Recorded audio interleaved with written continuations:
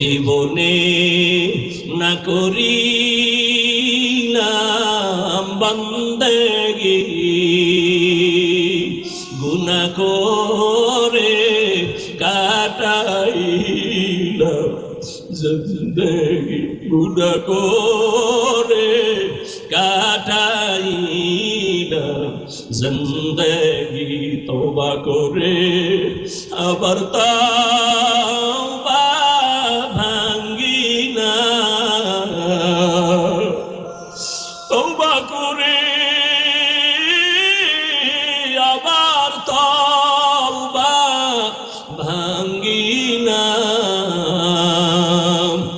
অবশেষে খাঁটি তওবা করি না। আজ আমার কপাল কেন এত খারাপ? সন্তানের অভাবে পড়িয়া আজ আমি একটা জিনার জন্য রুমের মধ্যে আটকায়া গেলাম। আমার মাওলা কি আমার ইজ্জত রক্ষা করবেন না? মহিলার কান্না এত বিভোর, রহমতের নবী হাদিসে ঘটনা উল্লেখ করেছেন।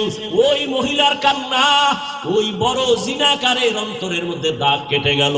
ওই জিনাকার একটা চিৎকার দিয়া কয়, ও আল্লাহর বান্দি, তোমার জীবনে কেউ টাচ করে নাই, এমন জায়গায় তুমি আছো, এখনো আমি টাচ করি নাই, মাত্র আমি একা।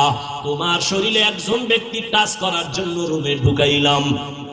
একজনের কারণেই যদি তুমি আল্লাহর আযাবের ভয় পাও, তো আমি বান্দা তো জীবনে একটা না দুইটা না কত শত শত জিনা করেছি।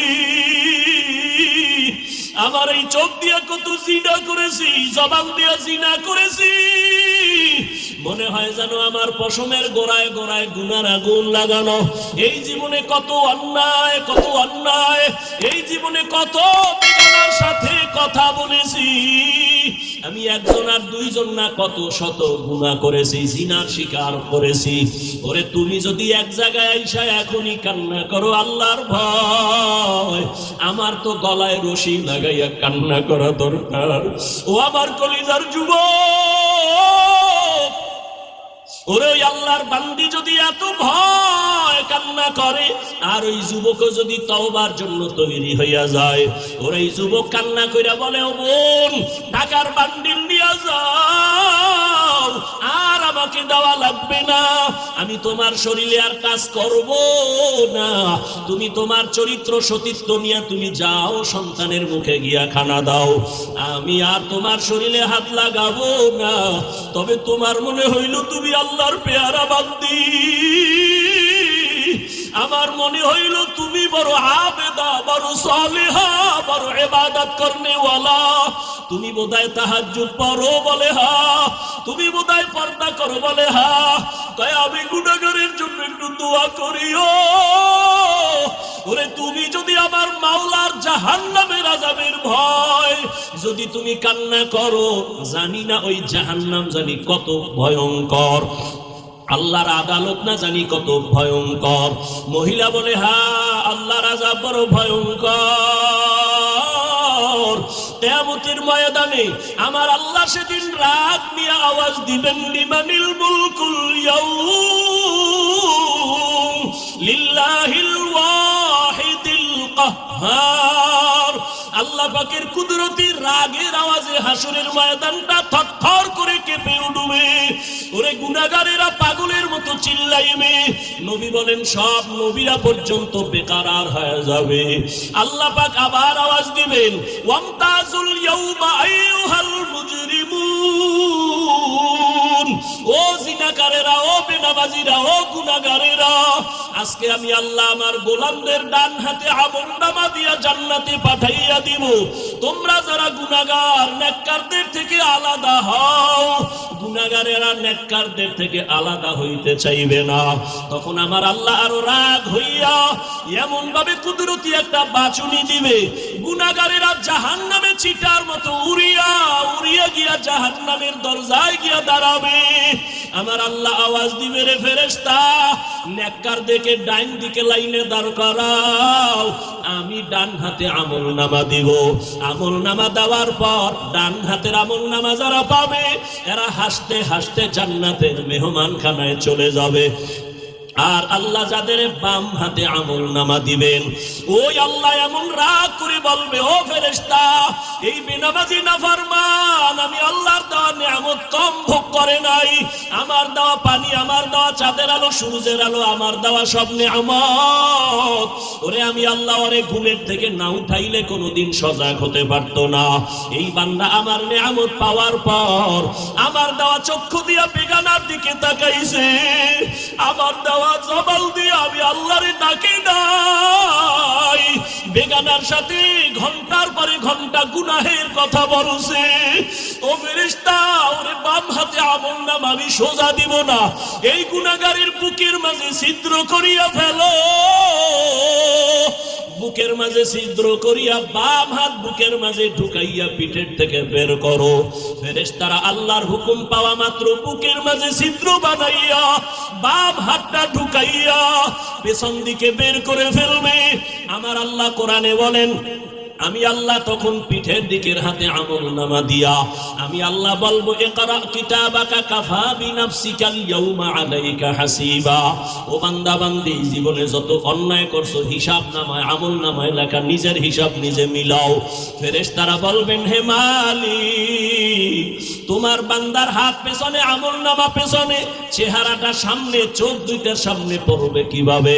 আল্লাহ আবার রাগান্বিত হইয়া বলবে, ফেরেশতা, এই গুনাহগার নাফরমানের ঘাড় ধরিয়া মোচড় দিয়া পেছন দিকে ফিরাইয়া দাও। ফেরেশতারা আল্লাহর হুকুম পাইয়া মোচড় দিয়া পেছন দিকে ফিরাইয়া এরপরে বলবে, দেখ জাহান্নামের আযাব কেমন। ওই আল্লাহর বান্দি কান্না করে, ওই বান্দির আল্লাহর আযাবের ভয় ওই জাহান্নামী যুবকের অন্তর হেদায়েতের আলো জ্বালায় দিল। ওই বান্দির কথায় পড়িয়া ওই জিনাকার যুবক বলে, আমার জন্য দোয়া করিও, আমি আর কোনোদিন জিনা করব না। এমন ভাবে তওবা করিয়া রাতের বেলা সেজদায় গিয়া কান্না শুরু করলো, আল্লাহ আমি তোমারে চিনতে পারি নাই, ও আল্লাহ তোমার দেওয়া নিয়ামত খাইয়া কত গুনাহ করেছি।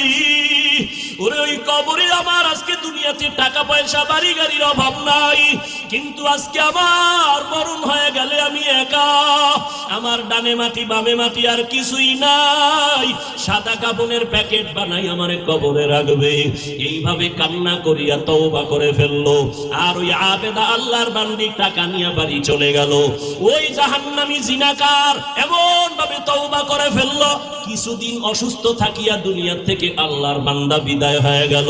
ওই সময় নবী হাদিসে লেখছেন, ওই সময় ভালো মানুষ যদি মারা যাইতো, তার বাড়ির দরওয়াজার মেইন গেটে একটা লেখা উঠা থাকতো, কে লেখতো কেউ জানতো না।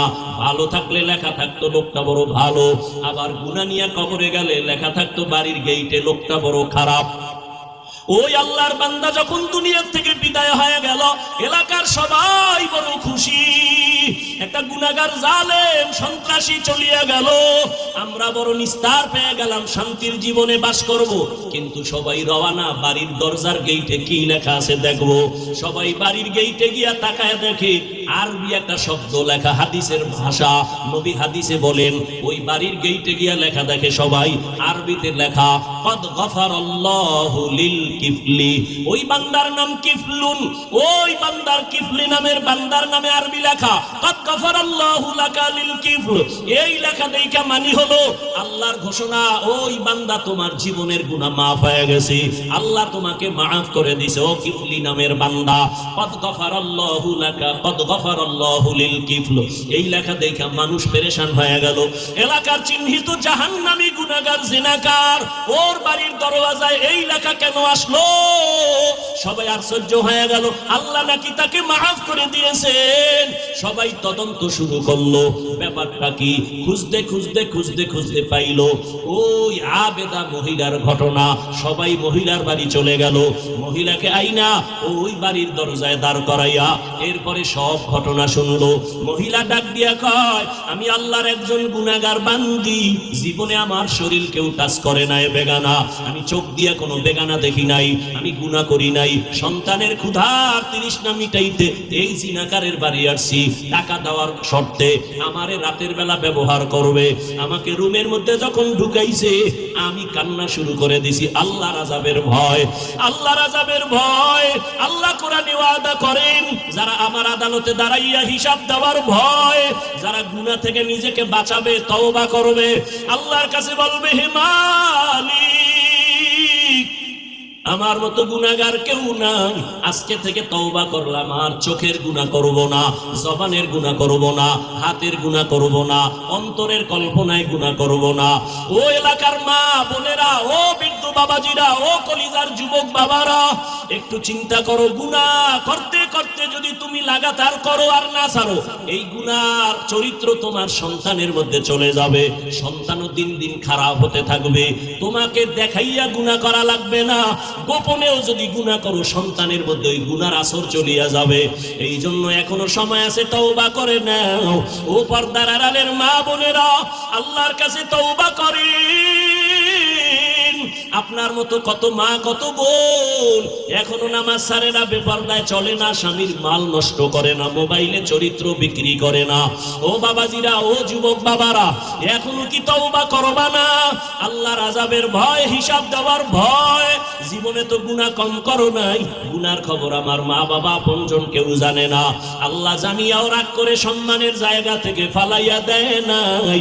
এখনো তওবা করো আর মনে মনে আমার আল্লাহকে ডাকো, ও দয়ার মালিক, জীবনে কত গুনাহ করেছি আমার কেউ জানে না, মাওলা তুমি জানিয়া রাগ কইরা সম্মানের জায়গা থেকে ফালাইয়া দাও নাই। ও আল্লাহ, গুনার কারণে তুমি খানা বন্ধ করো নাই, গুনার কারণে তুমি কারো সামনে ইজ্জত নষ্ট করো নাই। আজকে থেকে তওবা করলাম, আর গুনাহ করব না। দুনিয়াতে একটা বেতের বাড়ি সইতে পারি না, একটা মশার কামড় সইতে পারি না। ওরে গুনাহ নিয়ে কবরে গেলে জাহান্নামের গরম, ওই কবরে মাটির চাপ, সাপ বিচ্ছুর কামড় কেমনে সহ্য করবা? তওবা করার মতো যদি কারো অন্তর তৈরি হয়, গুনার কারণে দিলটা পাথর, চোখে পানি নাই, অথচ আল্লাহ কোরআনে বলেন, সুম্মা কাসাত কুলুবুকুম মিন বাদি যালিকা ফাহিয়া কাল হিজারা আও আশাদ্দু কাসওয়া ওয়া ইন্না মিনাল হিজারাতি লামা ইয়াতাফাজ্জারু মিনহুল আনহার ওয়া ইন্না মিনহা লামা ইয়াশাক্কাকু ফায়াখরুজু মিনহুল মা ওয়া ইন্না মিনহা লামা ইয়াহবিতু মিন খাশিয়াতিল্লাহ ওয়া মাল্লাহু বিগাফিলিন আম্মা তা'মালুন। আল্লাহ কোরআনে বলে, ও মানুষ, তোদের কলব কেন এত শক্ত? পাথরের থেকেও কি শক্ত হয়ে গেল? অথচ জাহান্নামের আযাবের ভয়, কত পাথর কান্না করে ঝর্ণা ধারা প্রবাহিত করেছে, ওই যে পাথরগুলো পানি ফেলে ঝর্ণার মতো, আল্লাহ কোরআনে বলে ওরা পানি ফেলে না, জাহান্নামের আযাবের ভয় কান্না করে। কিছু পাথর আছে টপ টপ করে পানি ফালায় আর কাঁদে, আবার কিছু পাথর আছে জাহান্নামের ভয়ে ফেটে যায়, এক জায়গা থেকে আর এক জায়গায় পড়ে যায়। আল্লাহ কয়, ও মানুষ, এত খারাপ কেন? তোমার কলব কি পাথরের থেকেও শক্ত? পাথর যদি জাহান্নামের ভয় কান্না করে, তোমার চোখে কেন পানি আসবে না? ও আল্লাহর বান্দারা, 2 ফোঁটা চোখের পানি পাঠাও। ওই মা বাবার জন্য 2 ফোঁটা চোখের পানি ফেলো। গুনার কথা স্মরণ করে কান্না করো। কান্না যদি না আসে, যাদের চোখে পানি তাদের থেকে দোয়া নাও। আমাদের কুয়াকাটা একটা প্রসিদ্ধ জায়গা, এখানে যত দর্শনার্থী বাড়ে তত গুনার আড্ডাও বাড়ে, মদের আসর বাড়ে। আমাদের এলাকার সব উলামায়ে কেরাম বসছেন, এলাকাবাসী মিটিং এ বসছেন, অমুক জায়গায় প্রস্কুয়াটার মদের আড্ডা হয়, বড় বড় হুজুরেরাও বসলেন। এবার এলাকার বড় হুজুর বলে, চলো আমি যাই। সবাই বলে, না না হুজুর, আপনি যাইয়েন না, কারণ ওখানের পরিবেশ কি বলা যায় না, আমরা 2-1 জন টুকটাক নামাজি বেনামাজি আমরা যাই, পরিবেশ বুঝে নেওয়ার মতো হলে আপনারে নিব। বড় হুজুর, এই জায়গায় যাওয়া যায় না, কারণ ও জায়গা বড় নাপাক। কিন্তু মক্কার মানুষ চূড়ান্ত খারাপ। প্রশ্ন 1, ওখানের মানুষ এত খারাপ কেন? 2 নাম্বার, এত খারাপ জায়গায় আমার আল্লাহ সৃষ্টির শ্রেষ্ঠ পবিত্র ব্যক্তি রহমতের নবীরে পাঠাইলেন কেন? নবীরে তো অন্য জায়গায় পাঠাবেন, বাইতুল মুকাদ্দাস আমাদের প্রথম কিবলা, সেখানে আল্লাহ না পাঠাইয়া পৃথিবীর নিকৃষ্টতম জায়গায় পবিত্র নবী আমার, যেই নবীর চেহারা দেখলে পেটের ক্ষুধা নিবারণ হয়ে যায়, আল্লাহ সেই নাপাক মানুষের মাঝে নবীরে কেন পাঠাইলেন?